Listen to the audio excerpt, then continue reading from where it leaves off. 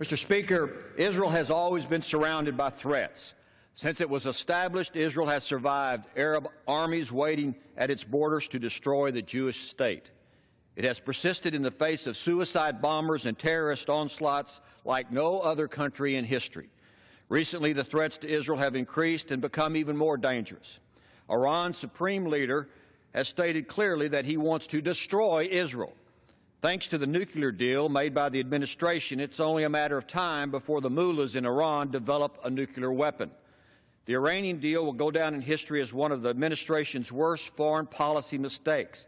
This Neville Chamberlain deal ensured that Iran gets to keep enriching uranium, and it does not have to dismantle any of its nuclear infrastructure. So in 10 years, it just has to flip a switch to get a nuclear bomb, and Israel is the first target. Tehran wants to put the entire Middle East under its thumb, and Iran continues to defy UN security resolutions on ballistic missiles. And since the nuclear deal was signed, Iran has conducted 3 ballistic missile tests. Some of the previously launched missiles were even marked with the words in Hebrew, "Israel must be wiped off the earth." There is more. Iran has announced that it would give $7,000 to families of Palestinians who murder Israelis, and an additional $30,000 to every family whose home Israel demolishes due to the family's involvement in terrorism. The Iranian mullahs have hate and murder in their souls, and they want to eliminate Israel.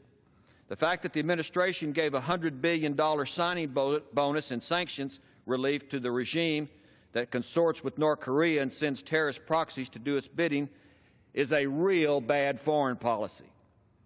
There is more. Iran has sent Hezbollah to go after Israelis around the world. Hezbollah now has an estimated 150,000 rockets and missiles in its stockpile. That's enough to rain down thousands of rockets a day on Israel for months. In fact, Iran has transferred new game-changing advanced weapons to the terrorist group Hezbollah. This includes anti-ship cruise missiles, air defense missiles, and precision-guided surface-to-surface missiles. Then there is Hamas in the south. In Gaza, Israeli officials now believe that Hamas has completely replenished all of its rocket supply that Israel destroyed 2 years ago. Hamas is building a sophisticated network of tunnels under the Gaza Strip for the purpose of securing arms and supplies. This network has only one purpose: to strike at the heart of the Israeli population centers. Since September, Palestinian lone wolf terrorists have carried out hundreds of vicious attacks against Israeli citizens. These terrorists will do anything to kill. They ram vehicles into civilians, shoot indiscriminately, and stab anybody in the way. Immediate following the first attack, Palestinian President Abbas proclaimed, "We welcome every drop of blood spilled in Jerusalem. This is pure blood, blood on its way to Allah." This latest wave of attacks has killed 34 people, injured 400.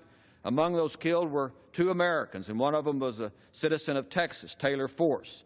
These terrorists are only happy when they've destroyed Israeli and American families wherever they find them.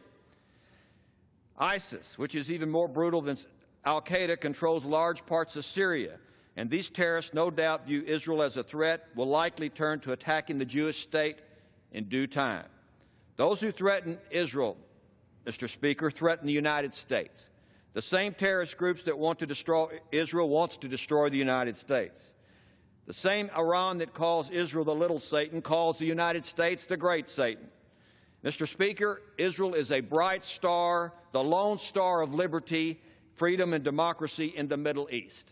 The villains that want Israel destroyed are picking a fight with the wrong folks, because they will lose that fight, and because Israel and the United States will work together, no matter who the enemy is, for liberty, justice, and freedom, not only for Israel, but for the United States.